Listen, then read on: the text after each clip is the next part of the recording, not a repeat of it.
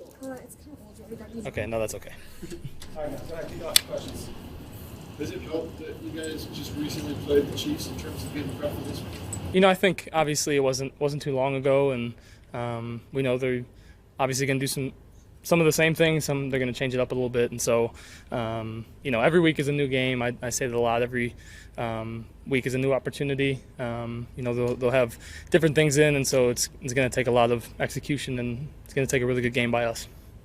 Coach talked about the noise level and said that you guys want to bring your own noise, but Arrowhead is one of the loudest stadiums. How much impact will that have on what you guys do at the offensive line? Yeah, obviously it's another factor that you have to deal with that we haven't had to at home, and so it's going to be different. It's going to take another layer of communication from us, so it's going to take a lot, specifically this week, in terms of trying to make it hard on ourselves during practice to try and go execute.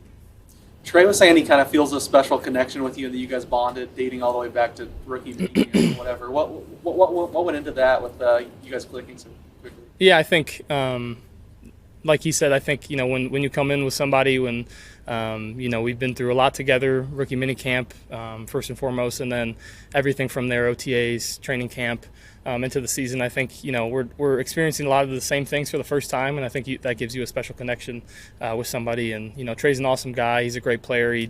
From our first week together, I remember talking to him about the routes we're trying to learn and different concepts and stuff, and heads were definitely spinning a little bit. But it's been fun to see his development, his growth. He works super hard. It's rewarding for him.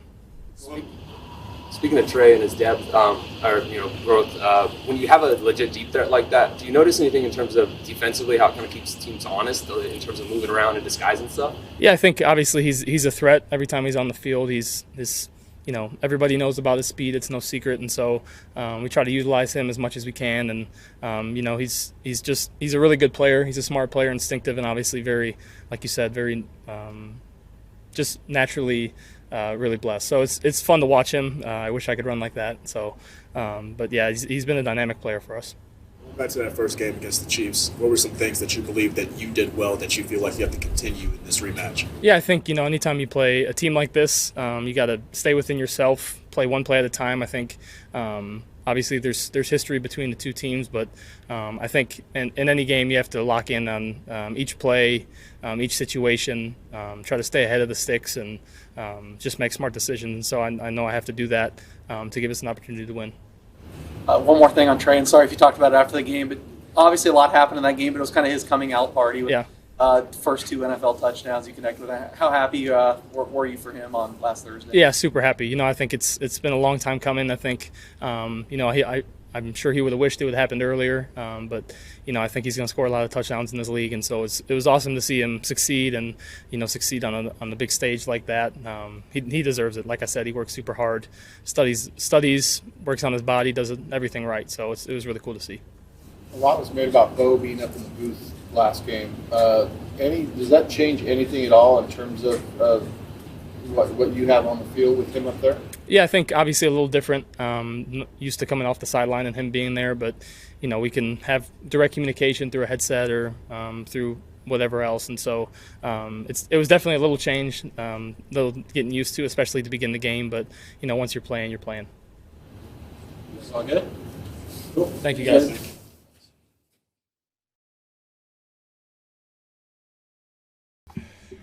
That's always the litmus test of whether somebody cusses or not. If you can get out of that without cursing. It's been like 5 minutes, so hit my shin on my Foot Locker. Trying to run and tell them I'm ready for these guys. Thank you. Appreciate it. Okay, questions, guys? Davante, you got some young quarterbacks that you're going against on a daily basis. Jack Jones, Meek, Nick Hobbs. They bring a lot of swagger, it feels and it seems. Do you feel like they set a tone defensively, and that swagger, is that needed at that position? I know you have to deal with quarterbacks all the time. Definitely. I mean, confidence and swag go hand in hand, and it's something that they definitely bring and they take a lot of pride in. And I think it's something that kind of gets their psyche ready to play, especially at that position. So, I love it. I love it. Shows, like I said, it shows a lot of confidence. It shows that you're into the game, you're in the moment, which is something that you got to be at corner. You got to be locked in the moment, and then whether good or bad the play before, you got to let that go and I feel like they do a really good job with that too. You know, fighting through adversity, you know, and mixing in, playing together, and then mixing in their own personal swag too. I know you were on the sideline when Jack made his play, but did you get a chance to kind of look at that to what a great play that actually was?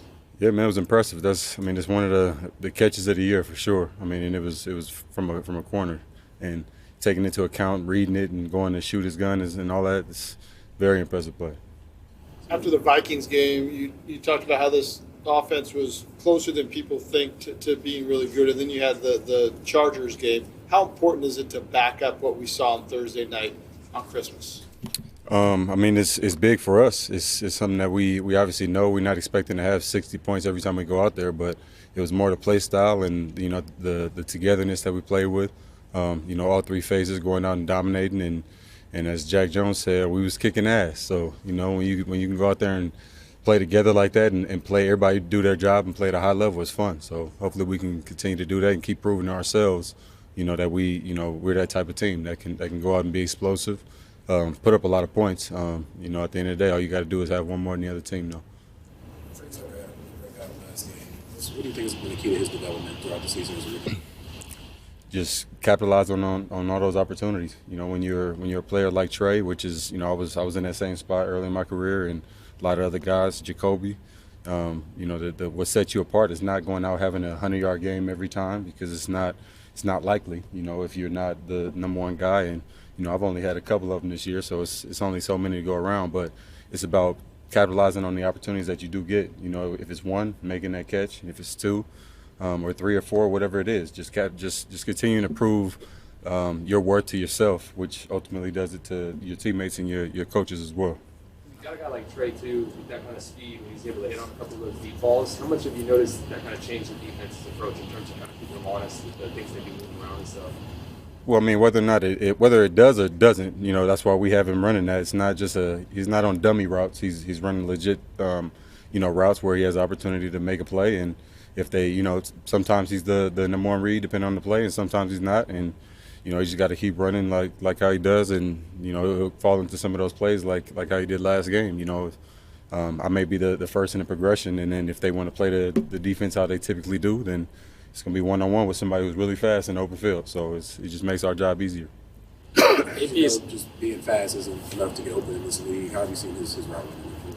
It's the detail. Ever since he came, I told y'all he's asking me all type of questions, trying to, you know, pick my brain about why I run a route a certain way. And, you know, like you said, it's not common that guys even care to. I don't think it's that fast guys can't do it. I just think that they take the easy way out and know that they're fast and they can get away with, you know, taking a super wide release on a go route rather than, you know, actually doing a release on the guy and getting, you know, miles open. And, you know, if I could run like Trey, I would still be in those details like that to, you know, just to obliterate the coverage every single time. Because you look at that and I see there's only a couple guys in the league. Tyreek has come a long way with his route running since he's got in the league, and you know, he can run the whole tree now. So it's something that's impressive to see when guys that have that God-given turn it into, you know, apply their work ethic to it and you know, realize their full potential. With it being the season, your favorite gift you've received or gave over the years?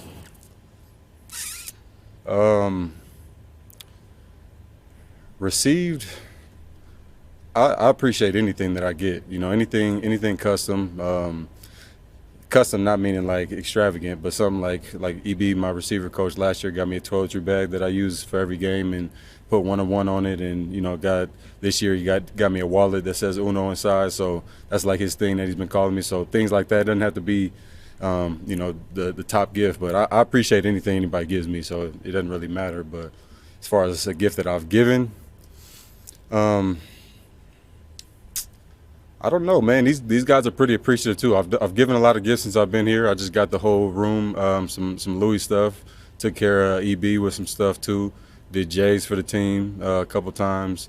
Got them all beats this year and last year as well. And they love everything that I do. My mom made popcorn too, so a little bit of everything. But definitely don't stop. I take care of everybody in here. All the guys that take care of me, I make sure I take care of. I was asking Aidan about, or Andre, I should say, about the fact that Trevor Lawrence got his whole offensive line golf carts, and obviously Aidan's on a little bit of a different deal. You got to take over that burner? No, I won't be doing that. I've done enough. I think that's really cool. That's a lot better than some gifts that I've seen quarterbacks give across the league. So that's a hell of a gift. But Aidan's bank account, I don't think is ready for that yet. So he'll do that when his time is ready.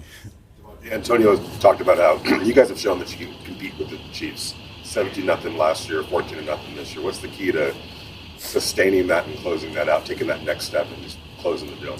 Coaches and players working together, players executing whatever's called, and coaches making sure we continue to have that aggressive mindset, which, ultimately makes the continue. I mean, that's what typically puts us in that spot to where we have that lead. So whatever it was that got us there, we got to stay with that and find a way to, keep doing what we got to do as players to keep moving the ball and making it happen. Okay. Thank you.